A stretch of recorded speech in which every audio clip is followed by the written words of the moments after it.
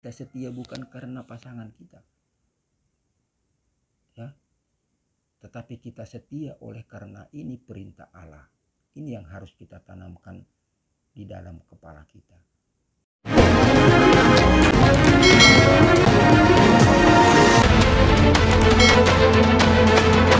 Ya, sebelum kita memulai pembahasan kita, apa yang akan kita bahas hari ini, kita mau mendengarkan dulu sebuah video dari Gurunda Juma. Ya. Kalau poligami ada, zina. Kalau poligami tidak ada, zina boleh. Itu. Jadi kesimpulan saya, tanpa poligami membuka ruang untuk berzina. Orang yang benci poligami berarti cinta kepada persinahan. Itu aja. Oke, kita sudah mendengarkan videonya dan saya hanya akan menanggapi kalimat terakhir dia sebagai penegasan yang berkata, orang yang tidak berpoligami membuka ruang untuk zina, dan orang yang berpoligami menutup pintu untuk zina. Ini statement terakhir dari seorang guru Juma yang diajarkan kepada para pengikutnya. Anda bisa menyimak, mencerna setiap kata yang disampaikannya ya. Coba saya bacakan sekali lagi. Tolong para pendengar mencermatinya dengan baik. Apa makna yang terkandung dalam setiap kata yang disampaikannya. Orang yang tidak berpoligami membuka ruang untuk zina, dan orang yang berpoligami menutup pintu untuk zina.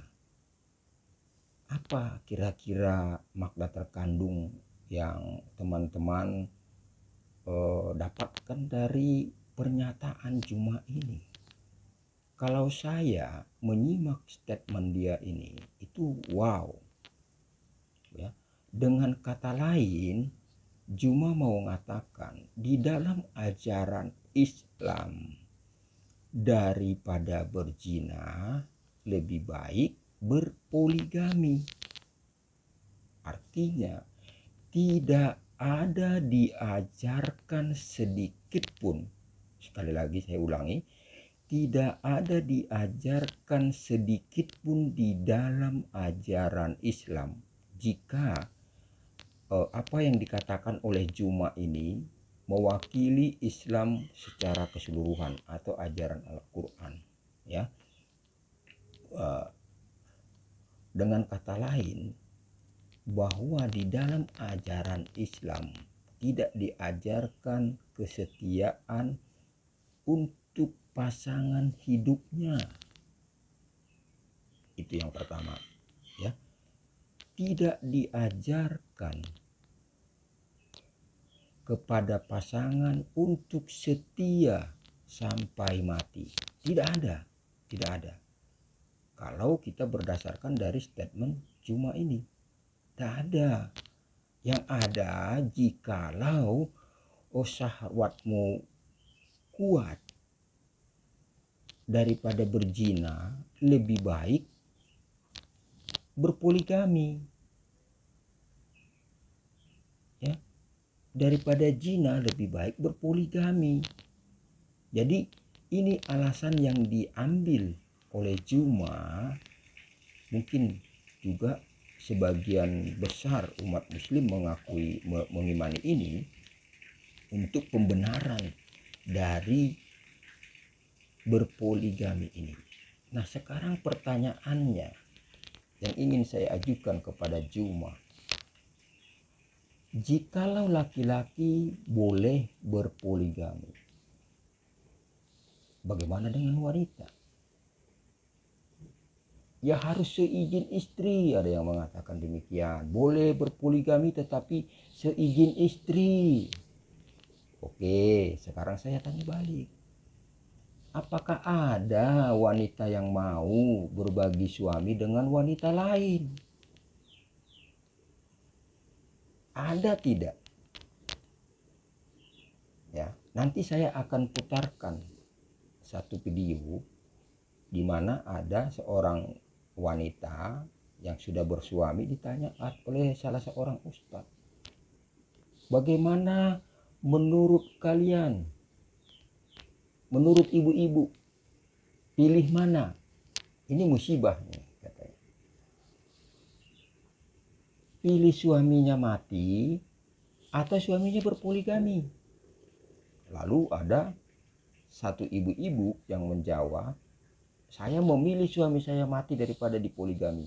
Wah, audiens tertawa. Kira-kira musibah buat emak-emak yang paling berat apa? Suaminya mati atau suaminya poligami? Waalaikumsalam warahmatullahi wabarakatuh. Saya pribadi memilih suami meninggal. Jadi lebih baik gak punya suami daripada suaminya poligami.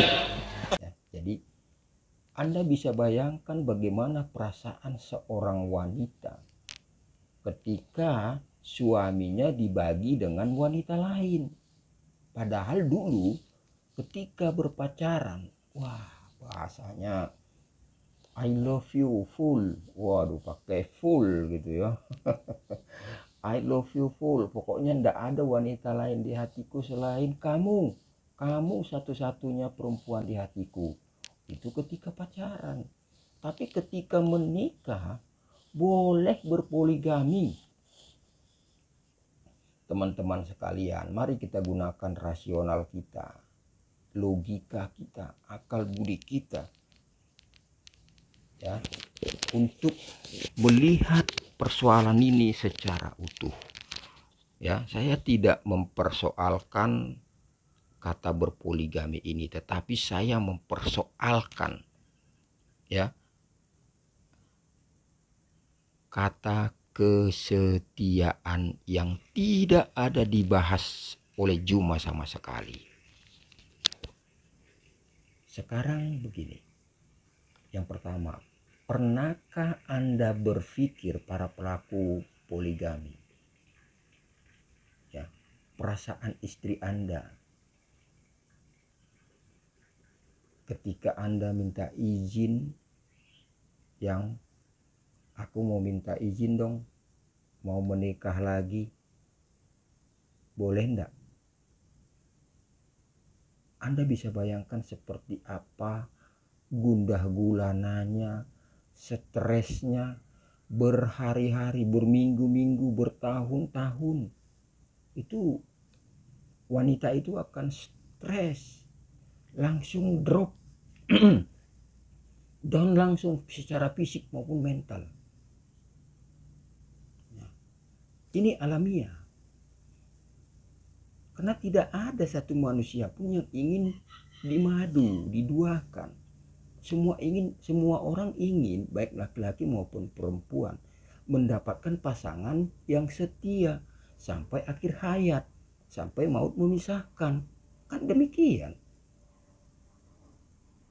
Lalu sekarang kalau dibalik, istrinya yang meminta izin kepada Anda untuk menikah lagi. Ayah, aku mau minta izin untuk menikah lagi. Kira-kira perasaan Anda bagaimana? Jangan Anda memperlakukan wanita tanpa memikirkan perasaannya. Ya, dan bagaimana jika pertanyaan itu dibalik kepada Anda? Apakah Anda siap untuk itu? Apakah Anda tidak akan keberatan mengatakan silakan istriku, berpoliandri lah? Mungkin Anda ngeles, tapi kan itu tidak ada diajarkan di dalam Quran kami. Ya kan? Mungkin itu tidak ada diajarkan di dalam Quran kami.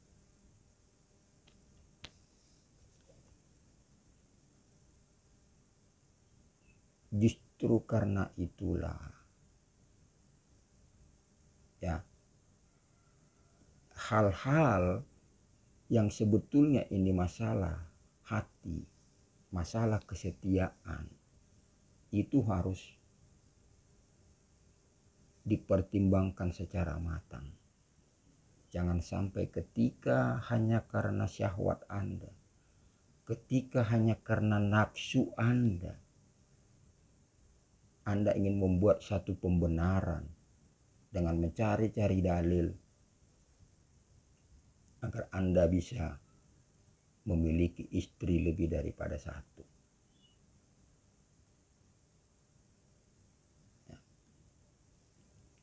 Lalu yang kedua, saya belum masuk ke poin intinya ya. Lalu yang kedua, jika laki-laki boleh berpoligami, apakah perempuan boleh berpoliandri? Jika tidak boleh, lalu di mana letak keadilannya? Laki-laki boleh, kenapa perempuan tidak boleh? Zaman sekarang, zaman teknologi, emansipasi wanita sudah demikian luar biasa. Apa yang tidak bisa dilakukan laki-laki dan apa yang tidak bisa dilakukan perempuan? Semua yang dilakukan laki-laki bisa dilakukan perempuan. Kita ambil satu contoh, presiden, sudah ada presiden perempuan kita, Ibu Megawati. Direktur, banyak direktur yang berkompeten wanita. Kuli panggul, banyak wanita yang jadi kuli panggul. Driver mobil, banyak driver mobil wanita-wanita hebat. Lalu apa? Di mana kekurangan wanita dibandingkan dengan pria? Kalau saya katakan, perbedaannya cuma ada satu, yaitu gender. Hanya gender saja. Gendernya dia perempuan, kita laki-laki. Itu saja, tidak ada yang lain. Oh, banyak teman-teman. Saya sendiri kenal secara pribadi wanita-wanita tangguh ya, yang single parent, membesarkan anak-anaknya sendiri, berjuang sendiri. Dia tidak memilih untuk tidak menikah lagi ketika suaminya mati. Setia. Makanya kenapa ada dua tokoh yang menurut saya ya, dari tokoh Muslim ya, bahkan Muslim, yang menunjukkan kesetiaannya terhadap pasangannya sampai akhir hayatnya. Yang pertama, mantan presiden kita B.J. Habibie, sampai difilmkan loh ya, sampai dibuat filmnya BCL sama si apa itu namanya, satu Cireja, dibuat filmnya sampai akhir hayat.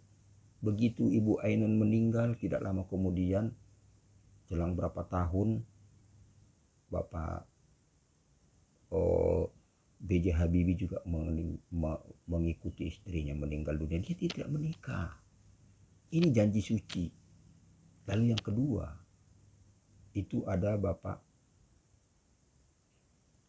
SBY, Susilo Bambang Yudhoyono. Ada lihat, sampai video ini dibuat, sudah berapa tahun istrinya meninggal dan dia tidak menikah.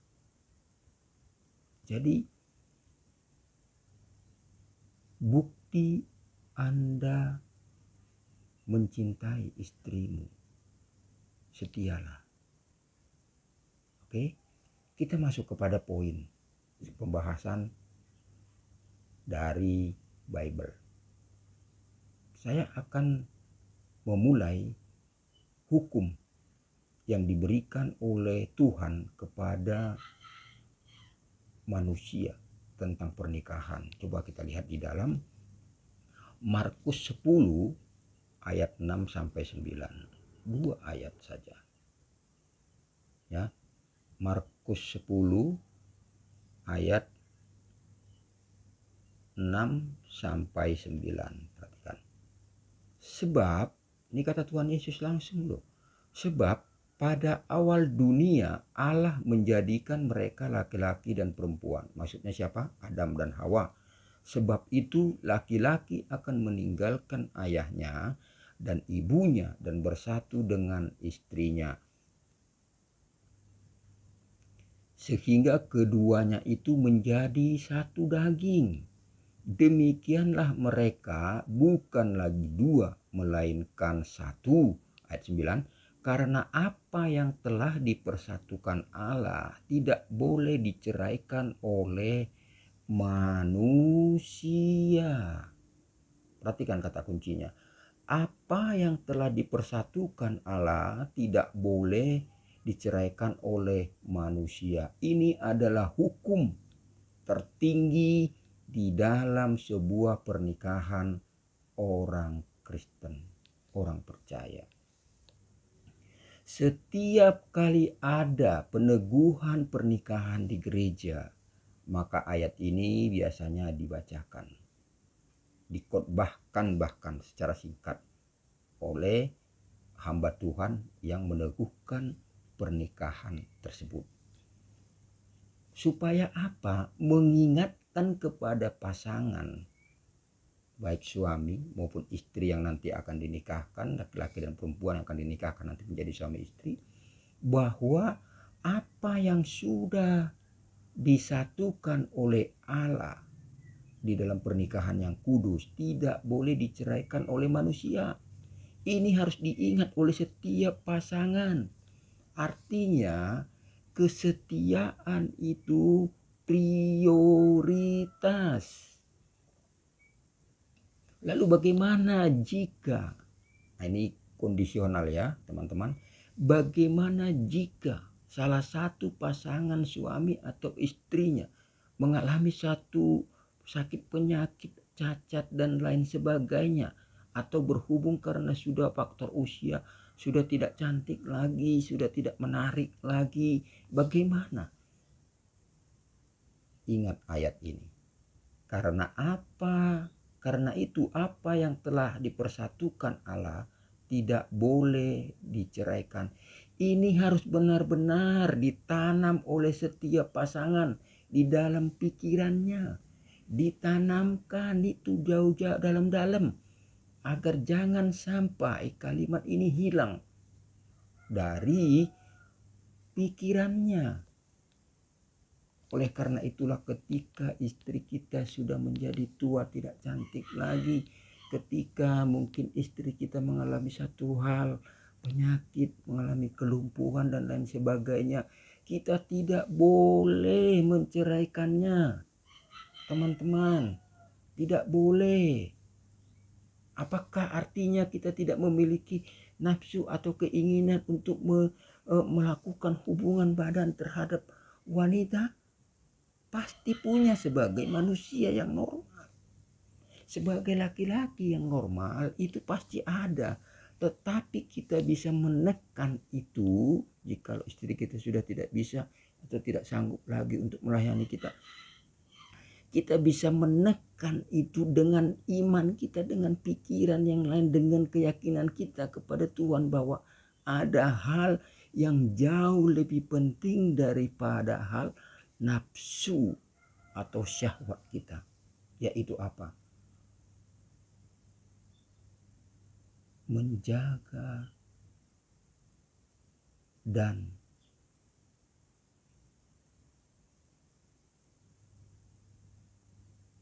menghargai, menghormati hubungan kita dengan istri kita. Kalau hanya pada saat senang saja kita lalu bisa mengatakan istriku, aku mencintaimu, menyayangimu dan lain sebagainya, kita bisa setia. Tetapi ketika ada suatu masalah, kita lari dari masalah itu dan meninggalkan istri kita lalu berpoligami. Pertanyaannya sekarang adalah, di mana letak kesetiaanmu, wahai para suami? Ya, bukan hanya kepada istrimu, tetapi juga kepada Tuhan Allah. Jadi ketika ada pasangan yang tidak lagi setia terhadap pasangannya, maka ingatlah baik-baik bahwa Anda bukan hanya tidak setia terhadap pasanganmu, tetapi juga terhadap Allah. Karena ini perintah langsung dari Tuhan Yesus Kristus. Tidak ada lagi hukum yang lebih tinggi daripada hukum ini di dalam pernikahan. Tidak ada. Jadi ketika engkau memilih untuk menceraikan istrimu oleh karena ketidakcocokan dan lain sebagainya atau alasan apapun, dan Anda menikah lagi, maka saya katakan Anda telah berlaku tidak setia terhadap Allah. Jadi ada dua hukum yang Anda langgar. Yang pertama hukum pernikahan ini. Apa yang sudah dipersatukan Allah tidak boleh diceraikan oleh manusia. Yang kedua, Anda telah melanggar hukum Allah. Dan ketika Anda melanggar hukum Allah, Anda sudah masuk dalam kategori mengabaikan firman Allah dan mengabaikan Allah itu sendiri. Tuhan Yesus berkata, jikalau engkau adalah muridku, engkau akan menuruti segala perintahku. Lalu Anda mengaku murid, Anda mengaku pengikut Yesus. Lalu mengapa Pak Anda mau menceraikan istrimu, suamimu? Wahai engkau laki-laki yang di luar sana yang mendengarkan video ini, camkan baik-baik bahwa ketika Anda mau menceraikan istrimu atau suamimu dengan berbagai alasan dan engkau mau menikah lagi, ya, maka engkau telah melanggar dua hukum. Satu, hukum pernikahan yang disaksikan oleh jemaat dan juga Tuhan. Lalu yang kedua, Anda telah melanggar hukum Allah. Dan saya mau tegaskan kepada saudara bahwa saudara bukanlah seorang Kristen atau pengikut Yesus yang sejati. Karena sejatinya pengikut Yesus Kristus tidak akan mungkin melanggar hukum pernikahan ini. Camkan baik-baik. Ya. Lalu bagaimana kalau sering terjadi keributan antara saya dengan pasangan saya? Ya, Alkitab mengajarkan kita untuk memberikan ruang.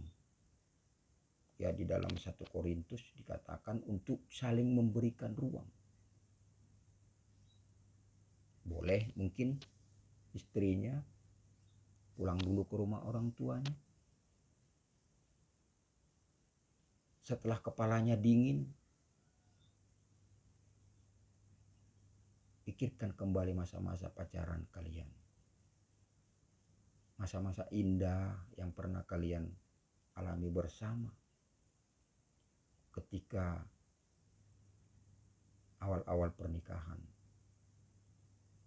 Baik suami maupun istri. Kemudian kembalilah kepada pasanganmu jika kepalamu sudah dingin. Ini berlaku buat semua pasangan suami istri. Jangan pernah menceraikan. Dan ketika saudara menceraikan pasanganmu dan saudara menikah lagi, hukumnya saudara tidak boleh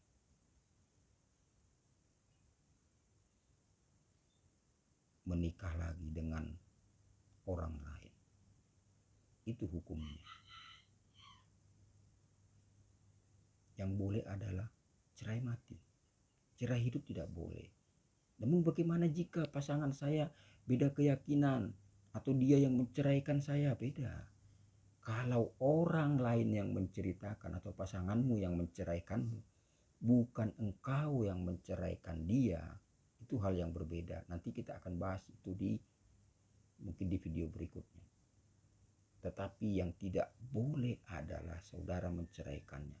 Bagaimana jika suami saya pemabuk, kasar, memukul, suka memukul, menendang dan lain sebagainya?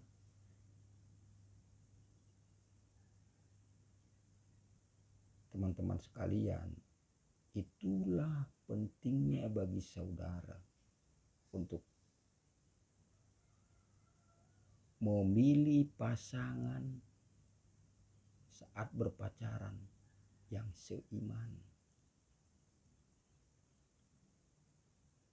Ya, saya sudah menikah dengan pasangan yang seiman, tapi dia tetap kasar, pemabuk, dan lain sebagainya. Itu konsekuensi yang saudara pilih ketika saudara menikahi dia. Ada hukum sebab akibat. Ada hukum di dalam Alkitab yang namanya hukum tabur tuai. Apa yang kamu tabur, yang itu yang kamu tuai. Lalu apakah saya harus menanggung itu? Ya, Anda harus menghadapi itu. Itulah namanya tanggung jawab. Bukan lari dari tanggung jawab. Anda hadapi, Anda berdoa terus untuk Tuhan. Minta Tuhan untuk merubah dia. Saya percaya dia atau pasanganmu itu suatu hari nanti Tuhan akan bukakan hati dan pikirannya sehingga dia kembali menjadi pasangan seperti yang saudara harapkan. Itu yang pertama.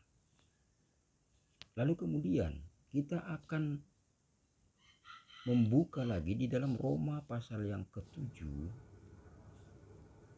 Roma,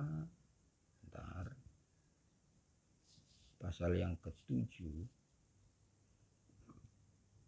ayat berapa tadi? Ayat 2 dan 3. Hanya ini satu-satunya yang ayat ini satu-satunya yang mengizinkan seorang laki-laki atau perempuan untuk menikah kembali. Perhatikan ya. Roma 7 ayat yang kedua dan yang ketiga. Sebab seorang istri terikat oleh hukum kepada suaminya selama suaminya itu hidup. Akan tetapi apabila suaminya itu mati, bebaslah ia dari hukum yang mengikatnya kepada suaminya. Perhatikan, ini hukum ya, hukum. Hukum yang mengikat selama suaminya masih hidup. Lalu yang ketiga, jadi selama suaminya hidup, ia dianggap berzina. Perhatikan, tadi saya sudah singgung ya. Jadi selama suaminya hidup, ia dianggap berzina kalau ia menjadi istri laki-laki lain. Tetapi jika suaminya telah mati, ia bebas dari hukum sehingga ia bukanlah berzina kalau ia menjadi istri laki-laki lain. Jadi hukum ini berlaku bukan hanya untuk istri, tetapi juga untuk suami. Jadi hukum ini berlaku untuk suami maupun istri. Ketika pasangan kita, istri atau suaminya masih hidup dan dia menikah, dikatakan ia apa? Dia berzina. Dikatakan di situ, Pak ya. Sebab seorang istri terikat oleh hukum kepada suaminya selama suaminya itu hidup, ya. Dan ketika suaminya masih hidup dan ia menikah lagi, jadi selama suaminya hidup, ia dianggap berzina kalau ia menjadi istri laki-laki lain. Kata kuncinya di dalam pernikahan orang Kristen, hidup setia sampai maut memisahkan. Ini bukan hanya diucapkan di depan gereja, di hadapan sidang jemaat Allah atau hamba Tuhannya atau pendetanya. Bukan. Lebih tinggi daripada itu. Ini hukum yang diberikan oleh Allah kepada anak-anaknya supaya ada kesetiaan di dalam setiap pernikahan anak-anaknya.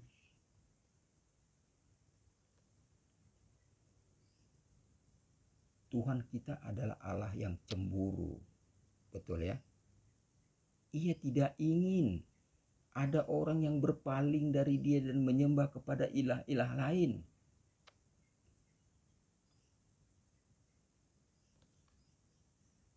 Bangsa Israel ketika dituntun keluar dari Mesir berulang-ulang melakukan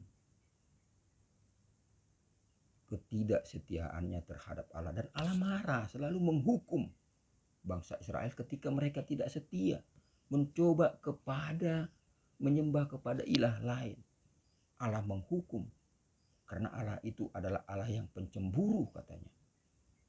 Nah, demikian jugalah hukum yang ingin diterapkan, yang diajarkan, yang disampaikan oleh Allah kepada kita setiap anak-anaknya, orang-orang Kristen, orang-orang percaya, untuk setia sampai mati.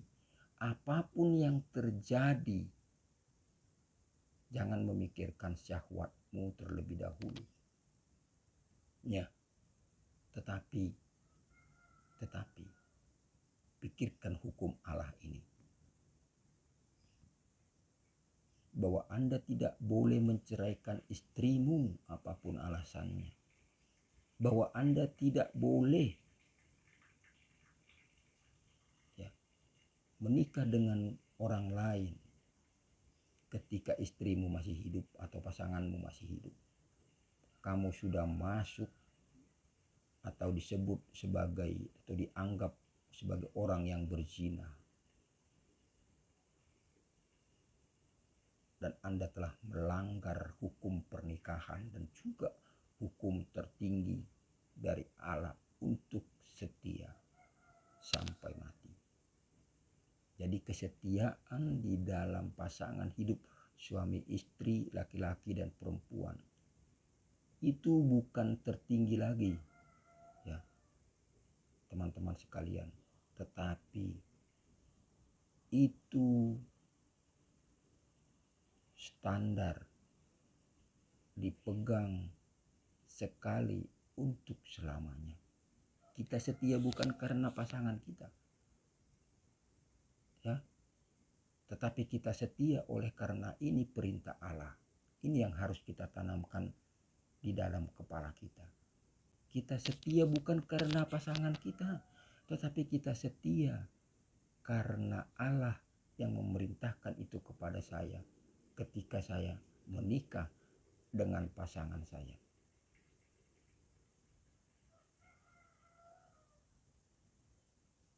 Mungkin itu saja yang mau saya sampaikan kepada Cuma, bahwa di dalam kekristenan tidak ada kata berpoligami. Tidak ada berbicara tentang syahwat-syahwat, mengingini wanita lain. Ya, di dalam Alkitab itu sangat tegas. Jangankan melakukannya, saudara, ya. Kita menginginkannya saja. Melihat seorang wanita atau laki-laki lain, kita membayangkan dia saja di dalam pikiran kita tentang wanita itu, bahwa kita berhubungan suami istri dengan dia. Kita berdosa. Belum berbuat loh ya, masih memikirkan di kepala kita, kita berdosa. Maka oleh karena itu jauhkanlah hal itu dari kita. Pikiran-pikiran negatif itu, keinginan-keinginan itu, jauhkan. Sehingga kita tidak masuk kepada pencobaan yang kita buat sendiri, yang nantinya akan menyusahkan diri kita. Itu ya, teman-teman sekalian. Salam Maranatha.